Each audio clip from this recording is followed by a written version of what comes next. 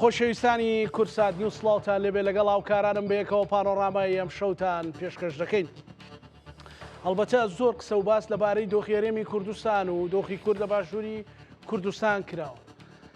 سەروبەندی هەڵبژاردننی ئەنجومەنی پارێزگاکانی کەرکووک بوو جەوەکە تا ڕادەیەک گەرم بوو هەم لە ڕووی حماسەتی کوردایەتیەوە لە کەرکووک و ناوچە کوردستانەکانی دەرەوەی دارەی هەرێم هەم جەوی هەڵبژاردنەکە و دۆخەکەش گەرم بوو. پیاوێکەیە بە ئارامی قساکە نووسەر و ڕۆژنامە نووسە پیاوێکی کورتپەروەر و نەتەوە پەروەرە. تەلەفۆنێکم بۆ کرد وتم ئەمێ بێمە کەرکووک و بەیەکەوە بەرنامەیە بکەین. ئەو هەمیشە کوردانە قساکە ئەگەر یەکێتی ڕاست بێ گەر پارتی ڕاست بێ تەیدیانەکە بەڵام ئەو بۆچوونی خۆی هەیە. چوینە سەر قەڵای کەرکووک وتی هێواش هێواش ئێمە دەستکەوتەکە لە دەستەدەین و کورد بەرە و پاشەکشێ ئەڕوە. ڕەنگە ئەو قسێ وەکو کادرێکی حەزبیە ژمار کرابێ یان وەکو دژایەتێکە ژمار کرابێ بەڵام ڕوونە لە هەرێمی کوردستان ئێستا خەریکە مەترسیە گەورەکە لەسەر نەمانی قەوارەی هەرێمی کوردستانیش باسەکرێت. من ئەو بەڕێزەم بانگەشت کرد و بە سوپاسێکی زۆرە و بەڕێز کاوێز مەلا پەروێز نووسەر و ڕۆژنامەنووس و چاودێری سیاسی زۆر زۆر سپاس. خۆشحاڵم کە لێرەیەکە بینەوە. منیش زۆر خۆشحاڵم. زۆر زۆر سپاس دەکەم. بەمەبەست ئەو قسەم کرد یعنی ئەو کاتە زۆر بە هەناسەیەکی پاشی کوردانە لەسەر قەڵای کەرکووک ئەو قسەیەت کرد. ئێستا چی هەڵی؟ سپاس کاکزانە وەڵاهی بەداخەوە ینی خۆزگە هیچ یەک لەو قسانەی ئێمە دروست دەرنەچوو. بەڵێ ئەری من پێش ئەو قسەیش وتارێکم لە 2020 نووسیوە ئەو کاتە کە ئەم کاکانی کە هەرێم بەڕێوە من زۆر ناڕەحەت و نیگەران بوون هەر لە ژێر ناونیشانی ئەوەی کە هەولێریش بە دەرنی کەرکووک مەبن کۆمەڵێک خۆکارم ڕێز کردووە کە مەترسیە تۆ حکوومەتت بەدەستەوە بێ حکوومەت نەکەی بە چەتری کۆکەرەوە بیکەی بە پەردکردن و لاوازکردنی هەنی نێو ڕیز و نێوماڵی کوردستان. ئەمە دۆخێکی دروست کرد بوو کە ئینسانی ینی ئەوەی کە یەک تۆزوعی هەبێ بیر بکات و تێگا کە ئەمە قازانجی هەرێمی کوردستان نییە. ینی هەموو هاوکێشەکان لە گۆڕانان ڕۆژ بە ڕۆژ ناوچەکەی ئێمە ئەوەتانی شەڕی گەورە لە من ناوچەکە هەیە گۆڕانکاری لە سووریا لە غەزە لە هەموو ئەوانە کاریگەری لەسەر دۆخی ئێمە اینجاش ئێمە حکومڕانیەکی زۆر خراپمان هەبوو. ینی زانی ئەم حکومڕانیان من پێم وانەیە هیچ شوێنەیەکی هەبوو بێ نەکەوانەی دەرەوەی پارتی کە ئەم حکومڕانیە قبول ناکەن ینی خودی پارتیەکانیش ئەم حکومڕانیە قبول ناکەن. ئێستاکە من زۆر جارەوە چالنجمە کرد تەحەدامە کرد دوو پارتی عاقڵ نادۆزیتەوە دیفاع لەم جۆرە بەڕێوەبردنە بکە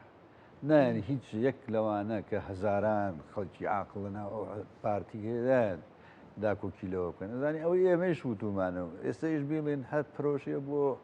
ئەنی ئایندەی کوردستان ئایندەی کورد چکە ئەنی خەڵکی ئێمە میلەتی ئێمە کەم قوربانی نەداوە بەڕاستی زۆر قوربانی داوە بۆیە ئەوەی کە لەسەر قەڵای شەوتری و ئێستاش کە ئەوایڵین بەداخەوە ینی خۆزگەوانە بووە ئێستا ئێمە بینین ینی دوای انتخابات و ئەوە نە پەرلەمانێکی کارامان هەیە نە حکوومەتێکمان هەیە کاکاوێت ینی زۆر جارمەەوە پرسیارە لە میوانەکان مەکەم ینی ئەبێ ئێمە زۆر دڵپاک و سادە و مەسەلاەن ڕووکەشی سەیری سیاسەتەکەین یان ئەوان قوڵتر ئەیبین و استراتیزیتی ئەیبینن یان بەڕاستی ینی ئەوەی ئێمە ڕاستە کە ئەڵێم ئێمە بەرامبەر پارتی نا بەرامبەر هەموو لایەنەکان ینی کاتێکی کەسێک غەڵەتەکە تۆ پێڵێ دایان بەرنامەی لەسەرەکە ینی بۆ ئیلا دەبێ ئەو کەسە هەر لەسەر غەڵەتەکەی خۆی بڕوە وڵا بە بەشێکی بەرژەوەندێک گەورەکەیە زانی ئەو استراتیژە گەورەکە نیە دەخێر استراتیژە گەورەکە نییە دوو ئەوەی کە خەڵک دەکی پێەکە زۆر زیاتر لەوەی کە ئەمانە کە وڵات بەڕێوە بن زیاترە ینی هێزانی بەداخەوە بەشێکی لە نەزانیە بەشە زۆرەکەشی ینی ئێستا لەوە دەرچوە بڵێ ئەوە بەرژەوەندی حزبی ینی بەرژەوەندی عیلیە هی کەسیە هیچ شخصیە میزاجی شخصیە بۆیە هەموو کورد کۆ بکەیتەوە هاوار بکە ئەگەر ئەو کەسە ئەو عیلێ بە بەرژەوەندی خۆی نەبینی هەرگوێش ناگرێت ئێستا مەسەلە هەر ئێستاوە کە بینی مشتومڕی بانزین و کارەبا و ئەمەی کە لەم هەرێمە ئێمە هەیە بەڕاستی ینی زانی من دیقەتم لە یەک شت داوە خەڵکی کوردستان ئەوە با بگەڕێنەوە بۆ مێژوو تخوا گەنم گرنگە یان نەوت بۆ نمونە ئێمە بووە چین ئەپارڕینەوە لە دەرگای بەغادین هەموو ساڵێ وەرە گەنمەکەمان لێ وەرگرە بەغدا ئەی بوو بۆ نەوتەکە وامان ناکە کاکە تۆ ئەگەر ئێستاکە ینی گوناحی خەڵکی هەرێمی کوردستان چییە بانزین بەو سعرە گرانە بکڕێت دایمە لە نێو ئەزمەی بانزین و نەوت و ستەمەنی و ئەمانە بێ نی بۆ وەکو هاوڵاتیشی تری عێراقیکە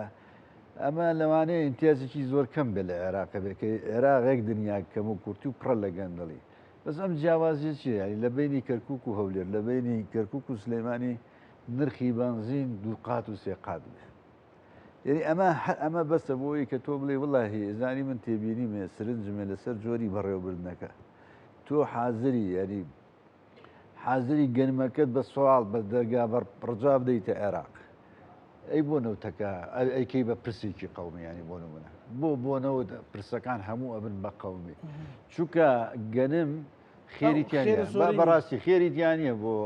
بۆ بزنزمان و بەرپرسە گەورەکان لە وڵاتە بەڵام نەوتەکە هی خۆیانە نەوتەکە هی خۆیانە بۆیە دەستی پێوەگرن ئەگەر نەوتی شۆگە و گەنم بێ من پێم وایە بۆ ئەوەی ژێما بێت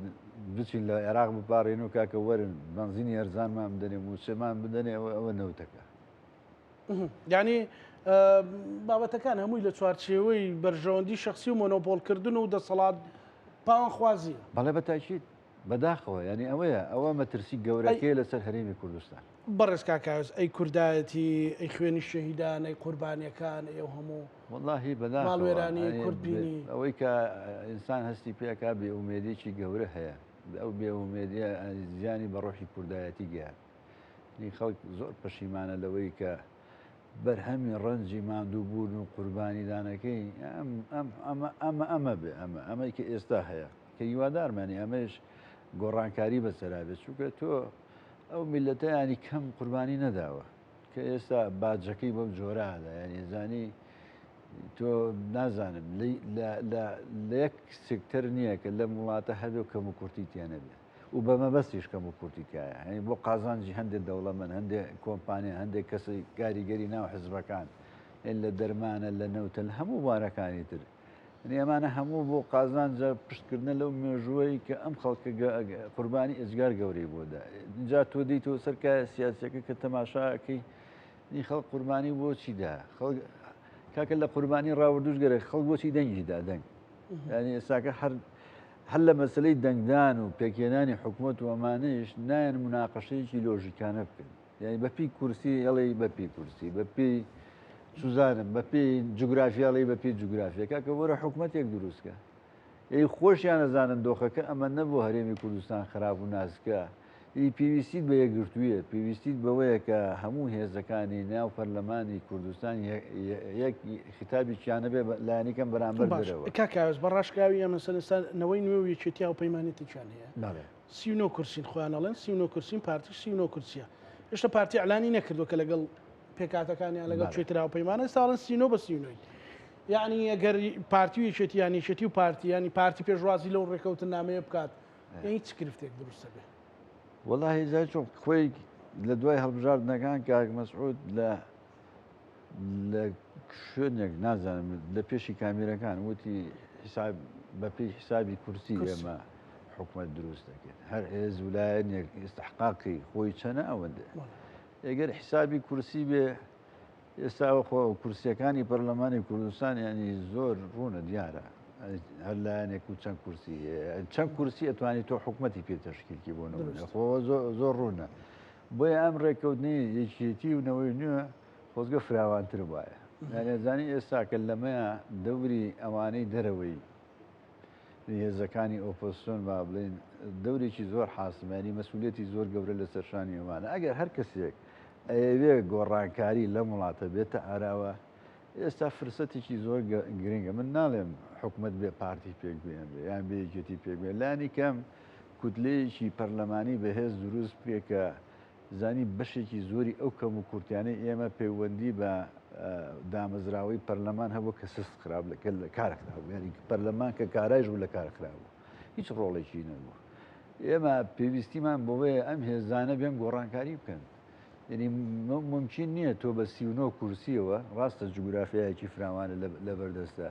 داوای هەموو پۆستەکان بکەیت و بەدڵی خۆت لە تەلەڤیزیۆنەکانیش هەمیشە بڵێ وەڵا بابێن ئەو پۆستیانە دەمێ و ئەمەیان نابێت دەستی بۆ بن ئەویان نابێ وا بن ئەمەی کە ئێستا بۆ نمونە یەکێتی و نەوەی نوێ کردویانە حەقە فراوانتر بکرێ بەڕاستی هێزەکانی تریش ینی بەرنامەجێکی هاوبەش هەبێ بۆ 4 ساڵ یا بۆ 2 ساڵی ئایندەی کوردستان کە بەم شێوەیە بەڕێوە ببێن ینی ئێستا زانی بە مێژووی معارەزە لەم وڵاتە هیچیان نەفەسی پاڤێڵ تاڵەمانیان نەبوو بۆ گۆڕانکاری ئێستا پاڤێڵ تاڵەمانی جوگرافیای هێزی ئەسکەری چوزانم سەرمایەکی گەورەی حزبەکەشی خستوەتە خزمەتی ئەو نەفەزە لە معارەزە بوون ینی دەورەکەی گۆڕیوە ئەزانین دەورەکەی لە مەسەلەی دەسەڵات گۆڕیوە بۆ پشتیوانیکردنی ئەزانی ڕازی نییە من ئەوەندەی کە لە میدیاکانەوە ئەیبینم ڕازی نییە بەو جۆرە لە حکومڕانیە ینی چەندین جار من لە ڕادێ جوێن لێ بۆ لە خەڵکی پرسیوە ڕازین بەوەزە هیچێک بۆ لەوارەی کە خۆی زۆر ناڕازیە بۆ جۆرە بەڕێوەبردنە باشە معارەزە لە هەرێمی کوردستان چییە گۆڕانکاری خۆزگە باشە پاڤێڵەوەی نەکردا بە پارتیەوە بکە ئەگە پارتی ئەو نەفەسەی هەبێ بۆ گۆڕانکاری بۆ چاکردنی دۆخەکە بچین لەگەڵ پارتیا بن ئێستا لایەک لە دەسەڵات کە لە ئەوە ساڵی ڕابردوو بەشێک بوونە لە بەڕێوەبردن لەم هەرێمە ئێستا لە معارەزەترن بۆ گۆڕانکاری تەمان ئەگە معارەزەیە کە بێ بەمانای ئەوەی کە لەسەر ئەساسی ئەوە دروست بێ گۆڕانکاری بێنێتە ئاراوە لە هەرێمەکە ئەگەر ئەوەن بە ئەسڵ بەڕاستی ئەوە ئێستا کە هێزێکی گرنگی ئەم وڵاتە لەگەڵ ئەوەیە کە گۆڕانکاری دروست بکرێ لەگەڵ ئەوەیە کە ئەنی خۆی لەلایەن دیبیت و ئەم چاو پێکەوتم گوێم لێ بووە زۆر لە معارەزە زیاتر باسی کەم و کورتەکانی بەڕێوەبردنی ئەم وڵاتەکە باشە ئەم نەفەسە زۆر مهمە ئەم نەفەسە ئێستا دەرگایەکی گرنگە بۆ هێزەکانی ئۆپۆزیسیۆن کە دەیان ساڵە هاوارەکەن لە میدیا چوزانم خۆ پیشاندانەکەن بۆ گۆڕانکاری بکرێت کاکاوێست ئەگەر باسی حکوومەتکەی واتە دژایەتی پارتی ئەەکەی ئەگەر بڵێ با چاکسازی بکەین کەواتە دژایەتی پارتی ئەەکەی مەسەلەن بۆ واوێ ناکرێت مەسەلەن ئەگەر ئێستا بە دوو هێزی ئۆپۆزیسیۆن بڵێ کاکەوەرنە ناو اتفاقیەک بە گۆڕانکاری و چاکساز ئەڵێمە بێلایانی لایەنداری پارتی بە دژایەتی خۆی بۆچی تێگە پارتی بە مەترسی لەسەر خۆی زانێ پارتی ئێستاکە تەمان ئێستا ئەم هاوکێشەی حیسابی پەرلەمانیە ئەمە بۆ پارتی بە مەترسی ئێجگار گەورە بۆ سەرخۆی تێگە بۆیە کەوتوتە دژایەتی کردن خۆ پارتیڵێ ئەنی پارتی پێی خۆش هەموو هێزەکانی دەرەوەی خۆی پەر بن و ساڵانی ڕابردوو بە پارەی نەوت ئیشی زۆری لەسەر ئەوە کردووە لەناو حیزبەکانیش من پێم وایە بۆیە ئەڵێم معارەزە فرسەتێکی واتەوە پێش کە پاڤێڵ تاڵەمانی وەچی ئەم ناکۆکی ئێستاکە هەیە ئەم ناکۆکی کە لە نێوان پارتیویشتی هەیە ئەنی حکوومەتیش دوا کەوتۆچی ئەم تێگەیشتنەی پاڤێڵ تاڵەمانیە کە پارتی هەزمی ناکە تێگەیشتنیەکە کە تێگەیشتنێکە گۆڕانکاریە لە جۆری بەڕێوەبردن بەڵام زۆر بە ڕاشکاوی ئەم تێگەیشتێکی خراپە بێ بۆ ئایندی هەرێمی کوردستان و قوارێ ئەم تێگەیشتە خزمەت بە ئایندی هەرێمی کوردستانەکە خۆ گەر ئێمە هەر ئەو فۆرمە لە حکومڕانیمان هەبێ بۆچیمانە یانی بۆچی انتخابات دەکەین خۆ ئەگەر بۆ نمونە دوای کاک مەسرور کاک ئارین ببێ بەسەر وەزیران دوای ئەو یەکێکی تبێ بۆچیکێ هەر ئەسڵەن هەر سیستەمی حکومڕانی لە هەرێمی کوردستان بیگۆڕین با بیگۆڕین ئیتر خۆینتی هەڵبژاردن بۆ چییە خۆ دوو ئەمانە لەسەرەوەی لێ پرسیینەوە و ڕەخنەوە ئەمانێشن بەڕاستی ئیسە لەوانەیە لەم ناوچێ ئازادیە کە بێ بەڵام تۆ ناتوانین لە هەولێر و شوێرانە دەنگە دەنگێکیش بکەی چوار مامۆستا کۆبوونەوە لە مەکتەبەکەی خۆشیان ناڕەزایەتیەک دەرببڕێت بۆیە ئەم تێگەیشتە زۆر گرنگە ئەم تێگەیشتە ێنی پارتی بە جۆری نیگەران کردووە کە بەڕاستی نیگەرانێکی ئێجگار قوولە لەبەر چی لەنی خەوی لە پارتی زڕاندووە پارتی لەگەڵ یەکێتیەکە تەجروبەی هەبووە لەگەڵ یەکێتیە سەرۆکاری هەبووە زۆر کێشەی نەبووە باسی گۆڕەکەی بۆ کردو بەڵام ئێستاکە کە باسی گۆڕانکاریە کرێ ئێستاکە باسی گۆڕانکاریە کرێ باسی دامەزراوەکانە کرێ پەرلەمان ئەبێ بە فعلی پەرلەمان بێ حکومەت دەبێ حکومەتی هەموو ناوچەکان بێ ئەم تێگەیشتنە بۆ پارتی قورسە ئەزم کردنی بۆ یاری منەڵێم باش ئەمە وەکو قۆپیەکەی دەمە معارەزەی هەرێمی کوردستان کە ئەمە فرسەتە کە تۆ بە تەمای گۆڕانکاری بیت گۆڕانکاری بەم چەش ناکرێ خۆ ئەگەر هەر ئەم جۆرە حکومڕانی ئێستا کە هەیە ئەمە بۆ 4 ساڵی تر و 8 ساڵی تریش هەر ئەمە بێ هیچ لە وەزع ناگۆڕێ و کوردستانیش زۆ شتێکی خۆشەیە ینی ئەگە برادرانی معارەزە کە ڕێز و تەقدیرم هەیە بۆیان نیگەران نەبن برادێک لە مناقەشێکی سیاسی گفتوگوۆیی سیاسی دروست بوو لە یەکێک لە مەقڕە حیزبەکان برادێک گوتبووی کاکێرە جێی سیاست نییە شوێنی سیاست نیە لە شوێنی کاکێرە مەقڕی حەزبە شوێنی گفتوگوۆیە ئێستا ئەکرێ ئێمەش بڵێ وڵایی من لەو دۆخەیە بێلایەنە بم بەخێر ینی لانی کەم ئەگەر بۆن مونە بۆن زۆر کا عەلی ئەو گلەیەکە یان کۆمەڵ یان یەکگرتو بڵێن بەڵێ حەقا ئێمە بەو شێوەیە ڕێکی کەینەوە جائیتر ئەچێتە تای تەرازویەکێتی یان پارتی بەڵام خەڵک ماندوو بووە ئەزانی ئەنی ئەمە چ گرفتێکی ئەزانی بە مێژووی ئەم 30 ساڵەی ئێمە و ئەو 12 ساڵی کە معارەزە هەبوو لەم هەرێمە فرسەتی وا بۆ معارەزەی هەرێمی کوردستان هەڵ نەکەوتووە کە بێ ڕۆڵی کاریگەر ببینێ ڕۆڵی حاسم یەکلاکەرەوە ببینێ لە پرۆسی بەڕێوەبردن لە هەرێمی کوردستان منەزانم مانی واقعەکە تاڵە بێ پارتیویکی دی حکومە دروست ناکرێ بەڵام تۆ ئەتوانی قورسایی خۆت لە نێو ئەو هاوکێشەیە ئەگەردلانی کەم مەسەن بڵێن ئێمە لەگەڵ ئەچینە ناو هەوپەیمانێتێکە بەڵام مەرجمانەیە بەبێ پارتی تشکیل ئەزانی بۆ حکوومەت ئەتوانن قسەی یەکلاکەرەوە بکەن معارەزە بەڵام پەرلەمان ینی هەمومان خەونی ئەوەمانە بۆ معارەزە مشکی ئەم میلەتەی برد کە ئەبێ پەرلەمان کارا بێ پەرلەمان بێ وابێ تۆ بۆ بلۆکبەندیە لە پەرلەمانی کوردستان ئەتوانی ڕۆڵی کاریگەر ببینی ڕۆلی ئێجگار کاریگەر ببینی ینی ئەم هاوپەیمانێتە ئەم مندی بۆ پەرلەمان و کاریگەری لە دەرچواندنی ئەو پرۆژە یاسایانە بێ لە دەستور بێ لە چی بێ بەشێکی بۆ حکوومەت بێنی حکوومەت گرنگە بەڵام پەرلەمانەکە زۆر زەرورترە ئەنی پەرلەمانێکی چاودێری کاریگەرت لەسەر حکوومەتە بێ بەیانی هەر کەسێکت کردە سەرۆک وەزیران ئەو پەرلەمانە ئاسان بتوانێت بانی کاتە پەرلەمان و لێپێچینەوەی لێ بکە کە ئەمە لە ساڵانی ڕابردوو معارەز هەر داوایەوەیە کرد پرۆژەی میزانی ساڵانە هەیە ئەو پەرلەمانە ئەو حکوومەتە ئێمە ئێستا معارەزە ئەتوانێت ڕۆڵی یەکلاکەرەوەی تیا ببینە بەڕاستی یاری ئەمەی کە ئێستا ئەو دەورەی تیابینن زۆر شەرمنانەیە یاری معارەزەیەکی چەند ساڵەی ڕابردوو دێن بۆیە شاسوارم بە پیاوێکی ئازابینم بە جورەتەوە هاتووەتە ناو پرۆسەکە و داوای گۆڕانکاریەکە تۆ ئەمانەی تر بێلایەن هیچیان تێدانە هێشتەوە لەو پیاوە مەسەلەن ئەگەر وەکو پێشی ئەوە ڕەخلەم زۆر لێ هەبووە بەڵام بەڕاستی سەرسامم بە ئازایەتی ئێستای شاسوارم ئازای ئەزانی تۆ ئەگە خەونی گۆڕانکاری هەبێ بڕیار بدەیت بڕیار بە چیە درێ ینی تۆ معقولێ هێزی معارەزەبی وڵایی بڵێ من لە دەروی پرۆسەکەم چاوەڕ یەکەم کەی پارتویەکێتی ڕێکەکەون ئەگەن پارتی نەفەسی گۆڕانکاری هەیە مەسمەوە یەکی جینێ پارتی ئەم نەفەسەی هەبێ بۆ گۆڕانکاری خەڵکێک لە ناو پارتی هەبێ ئێستا کە داوای گۆڕانکاری بکە خاوەنی لەو سیونەوە با بڵێ من 15 کورسی پەرلەمانم لەگەڵە با معارەزە بچن لەگەڵەوە گۆڕانکاری دروست گرنگە ئەی تۆ ئەبێ معارەزە ئەو ڕۆڵە ئێستاکە ببینێ لەنی ئێمە لە کاتی ئەوەم بیردێ لەوەی کە ئاویست ئەوەی دکتۆر یوسف کردی و پەرلەمانی لەسەردا یاساکە زانی یەک کورسی حزبی شوعی یەک کورسی هەبوو بەقەت هەموو کورسیەکان پارتی گرنگ بوو پارتی هەوڵی دنیایدا ئەو کورسیانە چێتە پەرلەمان بۆی نیسابەکەتەوە نەکە پێی نەکرا باشە ڕۆڵی ئەجار گەورەی هەبوو و من ئاگام لە بەشێکی بوو باشە ئێستا کە تۆ بە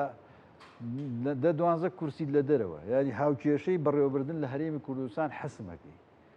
یعنی من نازانم بڕواکەم ئێستاکە ئەگەر ئەم هاوپەیمانێتیە فشارێکیش دروستکەن لەگەڵی چێتی و کورسەکانی ترینەوەی نوێ ئەمانە بڵێن کاکە با بۆ 2 ساڵ نە پارتی نەیەشێتی خەڵکیێکی تەکنۆکرات لە دەرەوە بێن ببێ بە سەرۆک وەزیرە باوەڕەکەی تێگەشتنی ئەو خوێندنەوەی بۆ تێگەشتنی سەرۆک بافڵیین کاک بافڵ هەتا پێ دوایە مەسەلە من پێم وایە قبوڵیەکە من بۆ خۆم پێم وایە ئەوە قبوڵەکە زانی هەم هەرێمی کوردستان لەم چەق بەستوێت تۆ دەرباز دەکەی بەڕاستیش ینی با مۆدیلێکی معقولی حکومڕانی لەم هەرێمە ببینین یانیمە خۆ منطق نییە کە ئەم پۆستانە تاپۆ بن یعنی با خەڵکی تریش تاقیب بکرێتەوە بەڕاستی ئێساوە 20 ساڵە ئەم پۆستانە لە یەک چوارچێوەیە با خەڵکیکی دەرەوەی ئەمەژ ئێمە ببینین ئەوتانێت لە عێراقی دراو سێمانە بێنین کە تۆ پێشتر علی زەیدیت بیست بوو من نەخێناوەڵە کەس یەک لە سیاسەکانی ئەو وڵاتیش نایبیستوانی ئێمە ئێ باشەوەتانێ لە سەردەمی ئەم کابینەی ئێمە بۆ کابینەکەی علی زەیدی 4-5 سەرۆک وەزیران گۆڕاوە خەڵکی جیاجا نە مڵکی یەک حزب بووە نە یەک عیلەیەک بووە ئێ باشە با ئێمەش لە هەرێمی کوردستان ینی تامی حکومڕانیەکی معقول بکەین با خەڵکیێکی تر ببین باشە ئەوە ینی گریمان کاک کاوێس یەکێتی گوتی باشە کاکە دیسان لەسەر بەرد قواری هەرێمی کوردستان و مەترسی گەورە هەیە و ئەوە بەسەر چاو وەرە کاک نەوەی نوێ کاک یەگرت و کاک کۆمەڵ و ئێوە هەمومان نەچین بە قسەی پارتیەکەینەوە حکومەتە پێکێنەوەی کاڵێ ئەوە زیرە ئەدەم ئەوە زیرە نادەم ئەو بریکارە ئەدەم ئەو مدیر عامە بۆ تۆ ئەو مدیر عامە بۆ من هەرێمی کوردستان یعنی ئەتوانێت بڵێن ئەچێتە کەناری ئارام یان ئەتوانین بڵێن تەمەنی درێژە بێ بەم حاڵە ئەگەر هەمان ئەم فۆرمە بنا هەرێمی کوردستان زانی هەر ئەبێتە بارگەرانێکی زۆر قورس لەسەر شانی خەڵکەکەی کاک زانە سێریکە تۆ ئەگەر خەڵکێکە بێت توێژەر بێت لە 2005 ناڵێن لە 92 ئاسەنگاندن بۆ دۆخی کوردستان بکە 2005 بووە دەبووە نمونە هەندێشت خەڵک بە کوفری ئەزانی نەک لە تەلەڤیزیۆن و لە میدیاکان لە مەجلیسەکانی خۆشییا باسی بکە لەسەر کورد و لەسەر ڕەخنەگردن لە بۆ نمونە لە قیادەکانی کوردیان لە بەڕێوەبردن یان لە چوزانم لە چی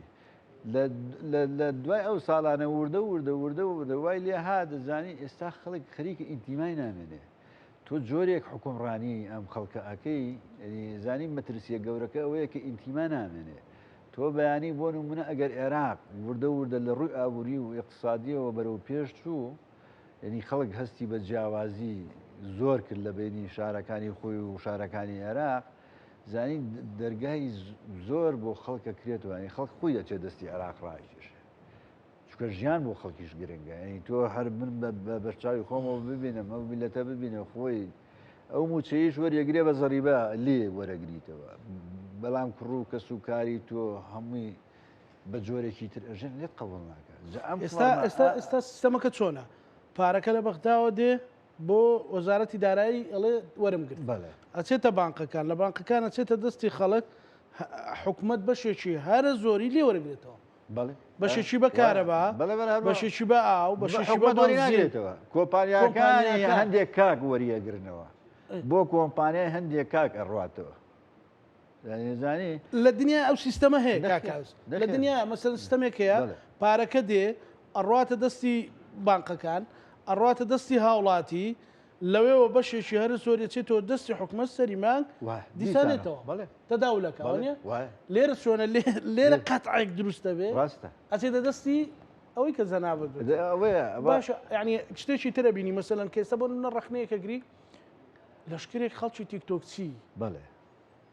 دێتە سەر شاشە و پاش و هوش و هاتو هاوارێکە گرنە یعنی پێت وایە هەرێمی کوردستان لە دوای و هەموو خوێن بەخشین و ماڵوێرانیە بمانەوێت بە تیکتۆکسی ڕایگرین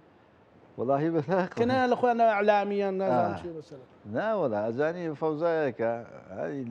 لە چوارچەوەی ئەو خراپ بەڕێوەبردنە فەوزایەکی میدیاییشیان دروست کردووە ینی ڕای گشتی چەواشاکەن ئێستا هەر بە پارەی ئەو خەڵکی کە جنیوەدا لە فەیسبوک میدیای کاریگەر لە وڵاتە خراوەتە گەڕبووی کە چاواشەی ڕای گشتی بکەن یعنی ئێستا بۆ هەموو شتێک ئێستا هەر بۆ قەیرانی بانزین خەڵک چاواشە کراوە خەڵک نازانێ ڕاستی لەکوێ بۆ قەیرانی بانزین سا کە قەرارە بانزین لەم هەرێمە وەکو ئەوەی عێراقی لێبێ ئەوە ئێستا بە مەمنونی و گرانیەکەن ئەمێن وەرن بە 800 و بەردە پیشانە دەربەوەی بە تاکە ڕازی بەگرانە تاکە ڕازی ئەوەیە ئەم جۆرە لە بەڕێوەبردن نەتیجەکەی ئەوەیە لە تەقتەق پردێکەیە ئەو بەری ئەڵێن بە بەو سعرەیە خەڵک ئەیزانێ لە هەرێمی کوردستان لەو بەری بە 450 هەیە دابەشەکە یعنی جا ئەوە تا مەسەلەن خەڵکەوا بینێ خەڵکە و جیاوازیە بینێ ئەخ منتەقیتیانێ زانی ئەگەر حکومەتی پەرۆژ بێ حکومەتی خزمەت گوزار بێ حکومەتێک بێ وەکەوەی کە کاکڤاڤڵ لە زۆر جار لە شوێنەکان باسیەکە خزمەتی ئەو خەڵکە بکە یخە معقول نییە تۆ ئەبێ ڕێگاکان بدۆزیتەوە بچی لە دەرگای بەغا بدەی کاکە وەرە بنزینی 450 بە پێی دەستور من بەشێکم لەم وڵاتە یعنی منتەقیتیانێت تۆ نەوت لە بەغا وەربگری بە کەیفی خۆش بە سعرێکی لەسەردانی بۆ حکوومەتیش نەبێ بۆ کۆمپانیا بێ ئێمە لەکوێی دنیاە هەوە ئەمە ساڵێک 10 ساڵ خەڵقەوڵی کرد ئەمە وردە وردە هەرسێنێ ینی ئینتیما نامێنێت لە نێو ئەو وڵاتە کاک زانایە ئەمە زانی لە 2014 خۆ قەیرانی موچە هەبوو لە وڵاتە بەڵام خەڵک ئەزانی پێی شەرم بوو بڵێ بابەغا موچەم ڕێک ویستمەوە پرسیارە بکەم ڕەحمەت لێبێ ینی جاران ئەوە هەبوو مەسەلەن کە بوتبات ئێمە بەرنمەیەکمان کردبا لەگەڵ جەناب وتبات بەغداوە چیان پێ کردیم بۆ جەناب بەڵێ هەر حیامانە چوو هەر ڕوومان نابژینە ناو خەڵک بەڵام سە خەڵک خۆی داواگە خۆی زانی خەڵک ئێستاکە ئازادیەک هەبێ بۆ موچە خۆر بڵێ کاکە لە بەغاوە موچەت بۆ بێیان لە سەر هەرێبێ خەڵک داواکە ئەمە بۆچی خراپ بەڕێوەبردنە خو ئەمانە ئەم کاکانی ئەم هەرێمە بەڕێوە خۆ ئەبێت تێ بگەن لە خواستی خەڵک بۆ گەیشت بۆ ڕادەیە خەڵک بۆ گەیشت بەوەی کە ئێستا کە ڕوو لە بەغا بکە ئەنی ئەزانی کەکە عیب بوو تۆ حزبی سیاسی بچیت لە دەرگای دادگاکانی بەغا بدەی شکات بکەی لە هەرێمە ئێستاکە شانازیە ئێستا دەستکەوتە بۆ حزبەکان ئێستا ئەمە دەستکەوتی گەورەیە کە ئەم حزبە دێتە سەر تەلەڤیزیۆن ئەڵێ ئێمە وامان کرد سکاڵامان کرد یاسای هەڵبژاردنمان گۆڕی پەرلەمانمان هەڵبەشاندەوە یعنی ئەمە لایەنێکیەوەی تایە ڕاستە دەستکەوتە خۆگەر هەروان نەبێ بەڕاستی یاری جۆرێکە لە دیکتاتۆریت لە وڵاتە حکوومەکە تۆ بە کەیفی خۆت یاسای هەڵبژاردن دانێ بە کەیفی خۆت کەی میزان چەم و هەڵبژاردن بکەی هەڵبژاردنیش پێی بێئیتر ئاسیبی بڵێ وەڵاهی من مادام ئەوەنەم هەیە ئەگە 50 سەتایەکیش نەبن من ئەوێ هەموو پۆستەکان بۆ من بێ شێ پێی خۆشە بابێ شی پێی خۆش نییە کەیفی خۆیەتی ئێمە ئەمە منطقی بەڕێوەبردن نییە بەڕاستی ئەمە لە کوێی دنیا هەبووە باشە لە کاتی باسی کاشاسوارت کرد دوو جار گوتی کە هەرێمی کوردستان نامێنێ بەو شێوەیە دنیا خەڵکیانێ لە سەر شاشەی تەلەڤیزیۆن وتیان ئەوە چیوان زانی ئەو هێزە هێنێ و جوڵێنێ ئەم چاواشەکردنە لەسەر مەسلەی قواری هەرێمی کوردستان و لەسەر مەسلەی کوردایەتی بچووکەیتەوە لەوەی کە من قسەیەکە کەم کەواتە ئێڕۆخێن و تۆش دی دیفاعیلەکەی ئەمە هەر پێشی کاکە شاسوار خۆ زۆر کەس لە ناو پارتی ئەوەی وت ینی دۆستەکانی کوردیش پێشی کاک شاسوار من لە بیرم دێ قنسوڵی پێشووی ئەمریکا لە تەلەڤیزیۆنێکی پارتی ئەم قسەی کرد ئەوە جگە لە خاتونەکەی نەتەوەیە گوردۆکان هەر پێشی کاک شاسوار بە ماوەیەکی کورد یەکێ لە ڕۆژنامە نووسەکانی پارتی لە ئەمریکا و تارێکی دوور و درێژی نووسیوە لەسەر ئەوە کە ئەو قوارەیە نامێنێ بۆ جۆرە بەڕێوەی بووە خۆ لە نێو پارتی زۆر مناقەشەی ئەوەش کرا و خەڵکی ینی خەڵکی پارتی وەکو ئەو تێگەیشتنی کاک شاسوار و خەڵکی ترکیان و هەیەە بەڵام ئەمە ئەگەر شاسوار بیکە ئیتر ئەبێ بە خیانەت بەڕاستی بەڵام ئەگەر بۆ نمونە فڵانێکی تربیکە لە ناوپارتی ئەوە عقڵە لێکدانەوەیەکی دروستە کاکاس پێت وایە لە ناو پارتی دموکراتی کوردستان هەمووی ئاوابیر بکاتەوە نەخێر من دڵنیام مەسەلەنش خەڵکی کورد پەروەر زانی پەروەر هەیە زۆرینەی هەرە زۆری خەڵکی پارتی خەڵکێکی بەڕاستی یعنی کوردپەروەرن تێگەیشتوون و زۆر زیاتر لە خەڵکی دەرەوەی پارتی بەم جۆرە بەڕێوەبردنە ڕازینی بۆ معلوماتت نەکهین پارتی لەوانەیە خەڵک زۆر تێبینی لەسەر بارزانەکانم بوو بێ بەشێکی زۆری بارزانەکانیش لەم جۆرە بەڕێوەبردنە ڕازینی ئەو بە معلومات نەک بڵێ بە معلومات مەسەلەن بە خوێندنەوە نەخێر نا بە ئەکیدم بەڕێز دۆست و ڕەفیق و ئەوانەی زۆر زۆر بە دڵنیایە و بە معلومات پێدەڵێن ینی زانین ئەم جۆرە بەڕێوەبردنی ئێمە جارێ ئێرە خەڵک ینی شکرانەی خۆیەوێ خەڵک لێرانی لەژێر ئەو هەژمونە توندنیە ینی زانی من نەمەزانی بەڕاستی ینی کاتی خۆی نەمەزانی بۆ جۆرەیە بەڵام لەم دوایە بۆم دەرکەوت کاکە تۆ ناتوانانی ئیش بکەی ئیش کەسابەت بکەی یعنی تو ئینتیمای سیاسی حزبێکی تر هەبێ لە هەولێر و ئەو شوێنانە ناتوانانی بە ئیسراحەت ماڵەکەت بگوازیتەوە یەک دنیا جێ چڵت بۆ دروست دەکرێت من باڤەت جارە لە تەلەڤیزیۆن وتی لە دۆک ناڵم خەڵکی کێتی بخوێنێ من بڕوام ناکرد بەڕاستی باشە تۆ ئەم جۆرە بەڕێوەبردنە ینی ئەم فشارە زۆرە لەسەر خەڵک لەسەر ئەو ناوچانە ئێمە کاریگەری ئێجگار گەورە دروست دەکات خەڵک ئێستا ڕاستە ناتوانێت کاردانەوەی هەبێت چوزانم پەرچە کردارێکی بۆەوە بێ وەکو چۆن بۆ سەردەمی باسیش نەبوو بۆ سەردەمی باسیش ستەم چەندێ زۆر بوو خەڵک دیگەران بوو چی بوو بەڵام ناتوانانی ینی بۆ جۆرە پەرچەکردداری هەبێت ئەم جۆرە بەڕێوەبرنە بەرەوچۆ پارتیە بە بەرەوچۆ کوردستان سەرنج ڕاکێشە کاکاوێت مەسەلەن من زۆر جار ینی برادر و دۆستوانە هەیە ئەڵێ کاکە وڵای من هاوڕێم هەیە خەڵکی بارزانە بارزانیە خەڵکی زۆر متەمەکین و بەڕێز و بە احترام و لا شەڕ و یعنی یەکتر قبولکردن و ئەوانە و میوان دۆست و پڕ لە صفاتی جوانی کوردەواری بەڵام سەیرەکەی مەسەلەن ئەوان وێنەیەکی حتا کاک بافلش لێشێک لە بانگەشەکانی هەڵبژاردن وتی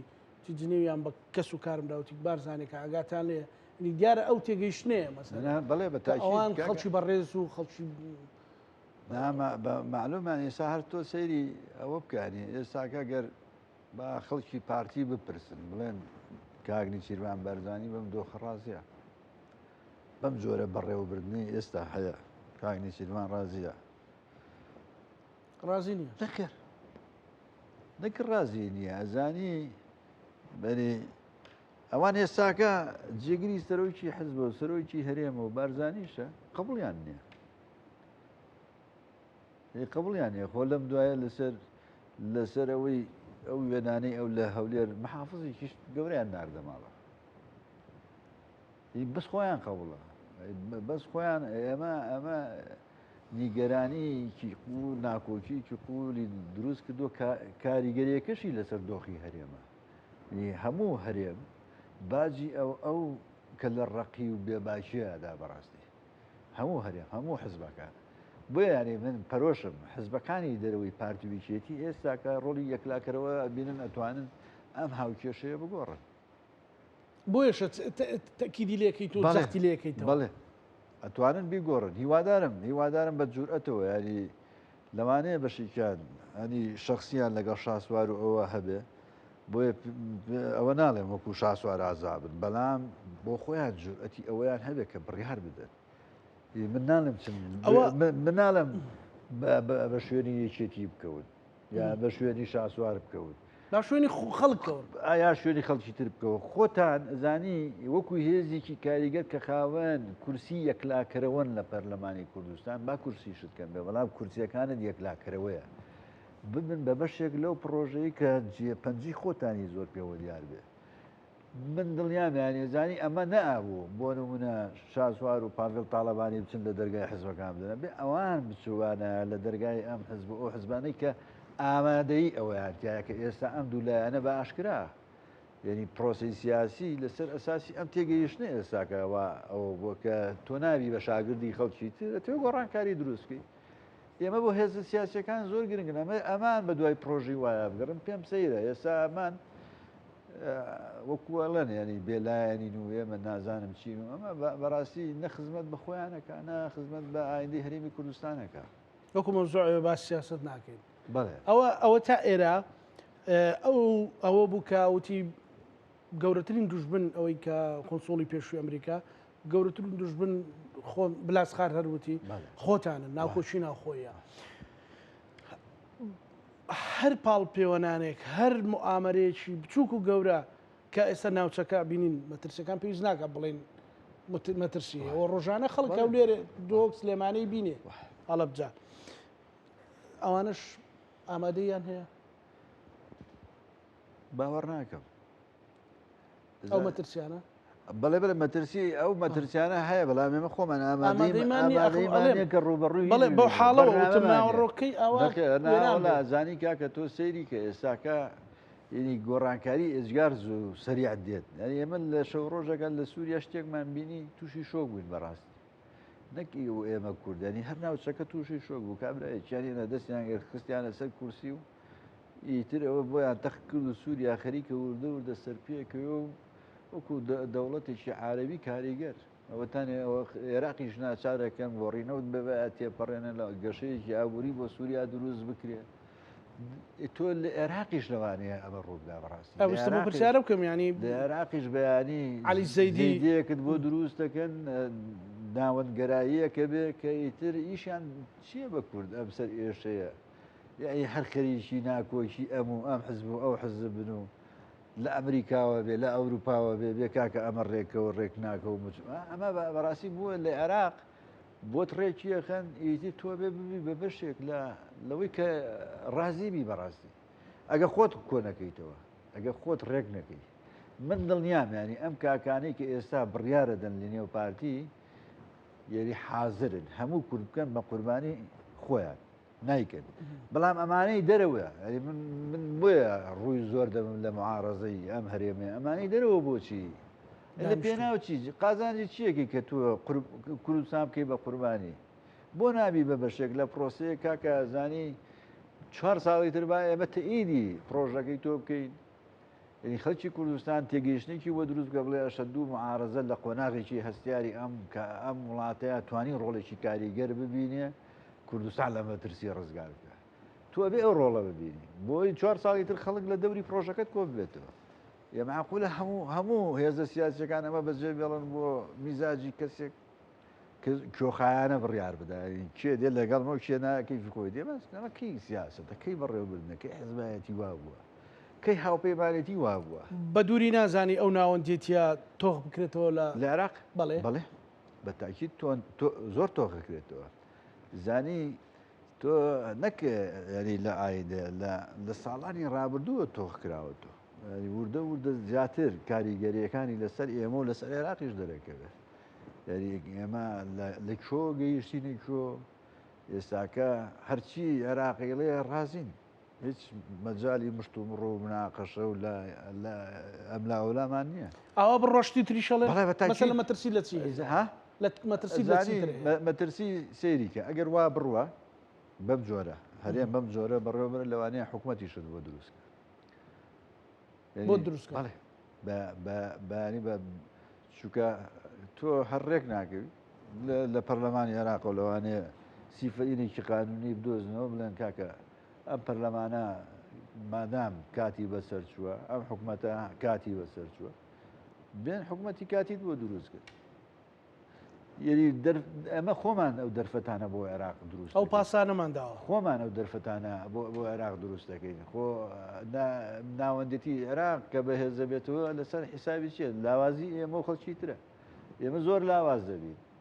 یعنی ئەزانین کە تۆ خەڵکەکەی خۆت ناخوێنی تۆ حکوومەتەکە نابێ بە حکوومەتی خەڵک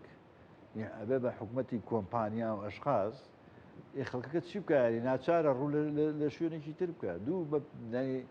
ئەمە لە ڕووی عاتفیەوە خەڵکە سنگاندنی وە ناکە ئێستا خەڵک لە ڕووی گیرفان و منطقیەوە حسابەوەکە کە من عێراقیم بەڕاستی ئێمە هەر بە عاتیفە ئێمە 1000 ساڵ 100 ساڵە هەر ئێمە واین و ئێمە ئەمەین و بەڵام ئێمە عێراقیم بە عەقلانی یاری بەشێکی لە عێراق لە پاسپۆرتەکە دەگەر عێراق ناتوانین سەفەری پێ بکەین کە دێتە سەر و کۆمار و وەزیر کەوینە شەڕای دەست و یەخەیە کە بۆ من بێت و یان بۆ تۆ بێ ئەمەنە عێراقی تۆخەبێت بۆ پۆستی بە سادە لە بەغا بە جۆرێک شەڕی بۆکەین لە عەرەبەکان عێراقی تری ئێواشە قوربەسەرێکە موچەخۆرە بۆ وابیر ناکاتەوە ئەوش حەقی هەڵێ منیش حەقمە بە وابیرکەم کەم بەختاشەوە ئەزانێ بەخاشەوە ئەزانێ ئەمریکاش پێت وایە پشتیوانی ئەو ناوەندێتیەکەمەتابەتی کە بەردەوام تۆم باراک باسی سووریا و بەڵێ من پێم وایە بە قازانجی ئەمریکایە کە زانی ئەمریکیەکان بە تەجروبە دەرکەوت بۆیان یعنی ئەو فەوزایی کە لەم ناوچەیە هەبوو بە شەگرنگەکەی پەیوەندی بە حکومڕانەکانی ئێراوە لاوازی حکومڕانەکانە بوو حکومڕانی بەهێزی ناوەندی بەشێکی زۆری سەرئێشە لە کۆڵی ئەمریکا و ئەمانە ئاکاتەوە ئەمریکا ئەوەتانێ سووریای لە دەستی ڕووس و ئەمانە دەرکرد و ئێستا سووریا وڵاتێکە سەر بە ئەمریکا بە کەیفی خۆ ڕێزی بۆداە ئەڵێ شەڕی لوبنانە بۆکە بزەڵش داوای لێکە ئەوە عێراقی شوالەیەەکە ئەو شەڕی لەگەڵ ئێرانە بەلایەکە هەرەکێ کە پێم وایە هەر لە نەتیجە ئەمریکا براوێ چی ئەبێتەوە هەرێمێکە بێنێتەوە کە لەم نێوەندە ئەبێ خۆی کۆکاتەوە پێگەی خۆی لە عێراق بەهێزکە ئێستا لەم دوایانە هەندێک کاگەڵێن بەغا عمقی استراتیژی ئەمێ خۆ ئەوە لە 2023ەوە ئێمە عمقی استراتیژیمان بەغا وایە نەک ئەنقەرە ئێگە بەغا وایە ئێستا ئێمە پێگەمان بەهێزترە بوو ڕۆڵمان کاریگەرترە بوو بەشێکی زۆری و کێشانشمان توش ناهات تووشی خەڵکە چونە دواوەیەکی زۆرمان هەبووە لە عراقا مەسەلە تەنانە لە مافە دەستوریەکانیش بەڵێ بەتاکی دەزانێم هەر لە قۆناغی لە قۆناغیان هەر حیسابمان بۆ بەغا هەر نەکردووە هەر حیسابمان بۆ نەکردووە ینی ئەگە توێژەری ئەم وڵاتە بێن چەند سەردانمان بۆ بەغا کردووە چەندێکمان بۆ ئەنقەرا و بۆ قەتەر و بۆ ئیمارات کردو ئەوانەمان بە ناوەندەکانی خۆمان نەبینی ئەوانەمان بە بەرژەوەندەکانی خۆمان نەبینی کو عێراق ئەو حیسابی کوا هەبووە لە عەقڵی سیاسی ئێمەیە کاتێککە لێمان قەوماوەیان هەندێک جار ناچار بووینە ڕوومان لی کردوێتەوە نەوەکو ئۆزانی بەپی منتق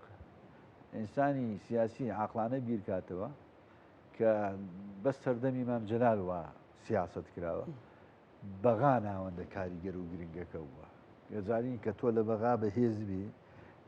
کورد لە تورکیا بەهێز دەبێت کورد لە ئێران بەهێز دەبێت کورد لە سووریا بەهێز دەبێت هەر ئەوە نییە کیفاەت نییە تۆ لە هەرێمی کوردستان بەهێزبینا لە بەغایش زۆر گرنگە ئەنی فرسەتی زۆر هات بۆ کورد کە لە بەغا پێگەی خۆی زۆر بەهێزکە ڕێکدا بکێ ئەو شەڕە کاریگەریە بێ لەسەر هەرێمی کوردستان بە تایبەتی ئەو ئەخیرە واللهی من پێم وایە بڵێ ئەو شەڕە کاریگەری لەسەر هەکۆی ناوچەکە کاریگەری زۆریشی لەسەر هەرێمی کوردستانە بێ یعنی هەرێمی کوردستان پێم سەیرە ینی لە دۆخەکانیە سیاسیەکانی ئاوا مرتاح بن بەڕاستی یعنی بێخەم بن هەم هەر کەسە لە ماڵی خۆی بیت وەکوێ هیچ وەکوێ کە تۆ لە سویسرا سیاسەتەکی تۆ لە نێو ئەو ئاگری لە نێو ئەو هەموو فەوزا و ئەزمەی کەسێک نییە هێزە سیاسەکان زۆر پرۆش نین بۆەوەی کە ئایندی ئەم وڵاتە بەرەو باشی ببن بۆیە کاریگەری ئێران ئێجگار زۆرە کاریگەری تورکیا ئێجگار زۆرە بە تایبەتی ئەم شەڕێ هەر هاتنی ترامپ بۆ خۆی بەڕاستی مەترسیە بەیانی حازرە بۆ هەندێک دەستکەوت پەنێ بە کورد بدە وەکو چۆن دوو جاری حکومڕانی لە سووریا پێدەێت حایشی بردوین هەموو جارە باسی چەکەکانیان بردوین کەسی نازای چەک لەکوێ چەکەکان لەکوێ بۆ ئەمە ئەبێت ئامادەکاریەک بکرێت بەلانی کەم لە هەر ئەگەرێکدا کە ئەم جارە وا پێچەیەک لاکەرەوە بێت کەمتر ڕۆ و دانوستان و وەڵاهی ئەو بەیانەی کاک پاڤێڵ هەبوو بادی ئیسیجابەیەکێ بووە لەلایەن ئەوانەی دەرەوە یەکێتی کە بە دەنگەوە بێت چونکە زۆر نەتەوە پەروەرانە نووسراوە زۆر ئەوە ینی بە تەنها کەسێک ناکرێت وایە بە دەنگەوە هاتنێکی سیاسی گەورەی هەبێ هەر لەسەر ئەساسی ئەوە مادام ئەم پیاوە ئەوەی تایە ئەو ڕوانینەی هەیە ئەمەی هێزە سیاسەکانیش ئەمە فرسەتە بە دەنگەوە بچن زوو بە دەنگەوە بچن تا ئێسا وایە دوو کۆبنەوە سێ کۆبنەوە لەسەرەوە بکرا چی بکەین یەکەواز لە حکوومەتەوە بێنە هەر لەسەر ئەم شەڕی ئێران ئێمە چی بکەیت چۆن جوگرافیای هەرێمی کوردستان لەو دەستدرێژیانە بپارێزی چۆن ئەگەرەکان لێک بدەنەوە هەر قەشە بکە خۆشەر نییە لەسەر ئەو شتانە ڕێکەوی بۆ جەماوەرەکەی خۆشت ینی بۆ ئەگە یەکگرتو بەشداری بکە بۆ یەکگورتیەکان خۆشە بۆ کۆمەڵ بۆ یەکێتی بۆ پارتی بۆ ئەوانی تریش خۆشەکە تۆ سەرکردە سیاسیەکان دیواری ئەمڕۆ کۆبوونەوە لەسەر ئەوەی ئەم دەستدرێژیانەی بۆ نمونەی ئێران و خەڵکی هەرێمی کوردستان و حزبەکان چی بکەن یاک دوو سێ لەسەرەوە بۆ خۆت مناقەشە بکە لایەنی کەم تێبگانی هێزەکان پێویستیان بە ئاڵوگۆڕی زانیاری ئێجگار زۆرە پێشچاوی هەموو ڕوون بێ کە چی بکرێ بڕیاری دەستە جەمعی بدرێ لەم قۆناغە ناسکە ئێمە چۆن هەم پەیوەندی باشمان لەگەڵ ئێران بپارێزین هەم نێڵین ینی زیان پەیوەندی باشیشمان لەگەڵ ئەمریکا بپارێزین یعنی ئەم پێویستی بەوەیە کە ئەم هێزانە بەدەنگ ڕێگەوە کۆی جنابتەڵە ڕێگەڵی لە سویسرا بڵێ پێم سەیرە ینی تۆ شەڕی گەورە هەیە لە ناوچەکە کەس خەمی نییە کەس بەدەنگ و ناچێ ئەم نازانم هێزی سیاسی هەرەوەیە کە لە تەلەڤیزیۆن بڵێ ئەوە نەوتە دزنەوە ئەو فڵانە دزنەوە ئەمە بابە ئەمە زانی بەوتن نییە ئەمە تۆ هەر ئەم دزیانە هەر ئەبێ ببی بە بەشێک خۆت سوڵتەبی سوڵتە لە پەرلەمان کاریگەروی لەگەر تۆ لە پەرلەمان کاریگەر بووی هاوپەیمانەیەکی کاریگەرە دروست کرد ئەو کاتە دزەکان ڕای کێشە لە پەرلەمان لە پەرلەمان سوکویکە لە پەرلەمان سیجابەیەکە و دەریکە لە وەزیفە بۆیە هەموو ئەمانەی ئەمە بەداخەوە ینی زۆر لە تەلەڤیزیۆن قساکەین لە میدیا لە توزانم بۆ هەندێک پرسی تر ناینە جواب یعنی ئێستا ئەم پرسی زۆر گرنگە ئەمەش پەیوەندی بە حکومڕانی ئێمەوە هاتەمە خراپی بەڕێوەبردنی ئێمە پرسە هەرە کاریگەر و گرنگەکانی لە بیری حەزب بردووەتەوە لە بیری خەڵک بردووەتەوە یعنیسە هێزە سیاسیەکان زانن خەڵک بە چی کاریگەرە ئەوە ئەکەن بەڵام لەوانەیە ئێستا خەڵک هەر مهتەم نەبێت کە باسی قەواری هەرێمی بۆ بکەی خەڵک زۆر مهتەم نەبێت باسی یعنی ئەو خەڵک وا تێگەێنراوە ئەمە لە نەتیجە کۆمەڵێ دز ئیسفادە لە هەرێمەکە ڕێگەوە من چی لێ وێنەکە بز دەبێت هەر معارەزەش نێت بەشێک لە دەسەڵات بز دەبێت جاکە ئەمە ئەم واقعی کە دروست بوو هێزە سیاسەکان سەیری خواستی خەڵکەکە زانی چی بۆ عرسکی کە ئیسیجابێ هەبێ بۆ پرسە قەومی و نیشتیمانی و ئێران و شەڕۆمانە لەوانەیە بۆ وابزانن هێزە سیاسەکان وابزانن کە ئەمە هیچ کاریگەری نییە و دوو دەنگمان بۆ زیاد ناکە بۆ چی بیکەین بەڕێز کاوێس مەلا پەروێز نووسەر و چاودێری سیاسی زۆر سپاس بۆ دەرفەت خۆشەویستانی کورسات نیوز لەگەڵ هاوکارانم بەیەکەوە پانۆڕامامان پێشکەشکردنەوە لە یەکتانەمانەتی خوای گەورە بخواتە